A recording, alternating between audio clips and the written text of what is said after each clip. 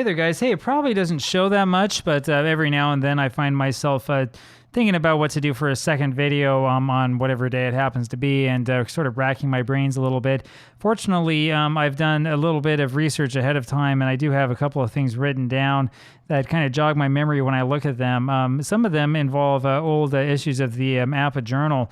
I think I mentioned this before. I have the complete electronic archives of the APBA journal, which is a lot easier to get than actually trying to buy all the old issues. That can be really hard to do. So we'll take you back here to 1991, but remember, there's a method to the madness here. Let me put this over to the side so my head doesn't get in front of it. And as you look at the beautiful scenery there from, that's actually from over here somewhere in Northern Virginia, until that photo changes, we'll go ahead and take a look at this and see what's going on. So this is 1991, which of course is the Howard Alshkog era of the APBA journal. We'll talk about him a little bit later. Now, the thing that I had marked here is the response to this first letter to the editor, which is where Howard Alshkog in response says, perhaps it's somewhat selfish on my part for feeling this way, but one of my objections during my tenure with the AJ has always been to try and create a more sophisticated understanding of APBA for the reader and me by occasionally presenting articles backed by actual calculations rather than eyeball impressions, which are sometimes erroneous, right? Which is great, you know. The key here that I wanted to flag, though, is this idea of creating a more sophisticated understanding of APBA or of this hobby as a general, of replaying in general and stuff like that. I don't know if I have much of a claim on that myself, but it's pretty interesting to look at the context in which this is brought up, right? So you have to remember, if we go back to 1991, I apologize for those of you who play Strat-O-Matic. I don't know what the state of the Strat-O-Matic computer game was back then. My dad, I don't think, really ever played much Strat-O-Matic at all, and I didn't start playing until like 2007. So I have no idea what was happening with the Strat computer game in 91 or what the baseball game was like at all. But I know a lot about what the APBA game was like. That was back in APBA Baseball for DOS. I believe it was version 1.5 that had been out and had been out for a little while. And 1.5, as we will discover as I start to really go back and especially start writing about these old APBA journal issues, APBA for DOS 1.5 was revolutionary. This is where Micromanager was becoming more and more ubiquitous, and this is where sort of the possibilities of APBA as a replay tool were becoming more and more obvious, at least as the DOS game, because with Micromanager, it was now becoming possible to replay an entire season in like a year or less, rather than the standard like 3 to 5 years that it was taking people. So this right here, I've been sending my basic game replays to the APBA journal for the past 15 years. My latest replay of the 1962 NL, which was submitted about 6 months ago, is the first not to be published. In the meantime, I've yet to see any replay in APBA alone of any format other than computer. Right, the replay results are invariably distorted from actual play. The form of each set of text seems almost stamped out, complete with long, boring rehash of each team's performance. That sounds like a lot of replays I've read online. Hopefully it doesn't sound like mine. This grabs a lot more space, but where's the meat? Good question. And he says, I thought that my discussion was lively, and the articles seem to be getting more and more technical, which is true. Or maybe the AJ is just not my cup of tea again, and they're saying, oh, well, there was a problem. Statistical distortions appearing in the computer replays appear primarily in those replays where the pitching grades haven't been modified, which means these are the replays that were being played out of the box with the APBA formula. It's a little bit of a dig from Howard. Very good job.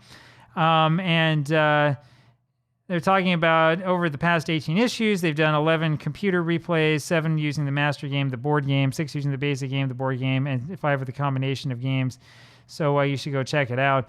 Anyway, good bit of sort of like trolling back going on here. But let's go back over here. Let's go down to check out in this particular issue, the APBA replay section. And lo and behold, here you have an APBA computer game replay, 1941 American League. The overall offensive statistics were breathtaking in comparison with real-life numbers. The replay's league batting average finished to 311 compared to 268 in actual. Wow. The league ERA was 5.34 compared to 4.15. Distortions? Yeah, just a little bit. Holy cow. Wow. So Ted Williams hit 453 with 45 home runs and 186 RBIs. Woo-wee. Yeah, there you have it. This kind of gives you an idea of what happens in the computer game, right? And I'm sure, I haven't read this for, like a year now. Oh, look, there are no notes. Usually Howard would write a note and would sort of chastise them for not changing the pitching grades. This guy didn't. This guy didn't change the grades at all because he would have told us. Yeah, this is how off the APBA computer game was for 1941.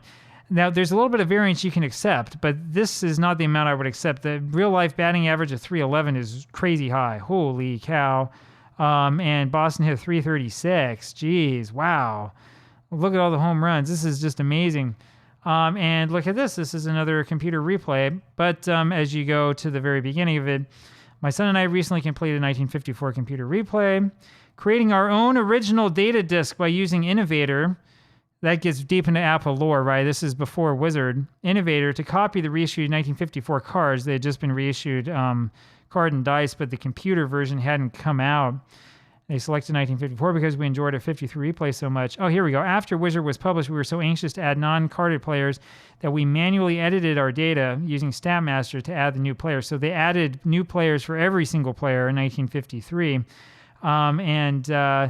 Then they used suggestions. But I'm going to have to look back at this and figure out what they did. And then they finished up the replay in 1/50th of the time, trying to use the actual pitching rotations, blah, blah, blah. And then they used a modified version of the pitching grade system. And here are all of the edits, right? Here's all the editor coming out and talking about stuff. Howard Alshcogg's great, and he did a lot of hard work for the APBA Journal. But I do wonder if Howard didn't realize that a lot of the stuff that was going on, a lot of this work that was going on was because of the problems with the APBA game and with the cards that were being published. Anyway, Cleveland wins 105 games, so they end up in first place, just like in real life. Very, very close to real life standings. Very impressive.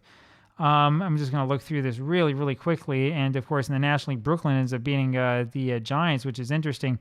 But here you go. This is exactly the sort of replay that that guy was talking about in that letter to the editor, right, which is look at all this. There's nothing here but a bunch of, team-by-team descriptions. Is there anything here about the pennant race? Not really, right? There's just sort of like generic descriptions. There's not much of like an actual, engaging type of thing to get the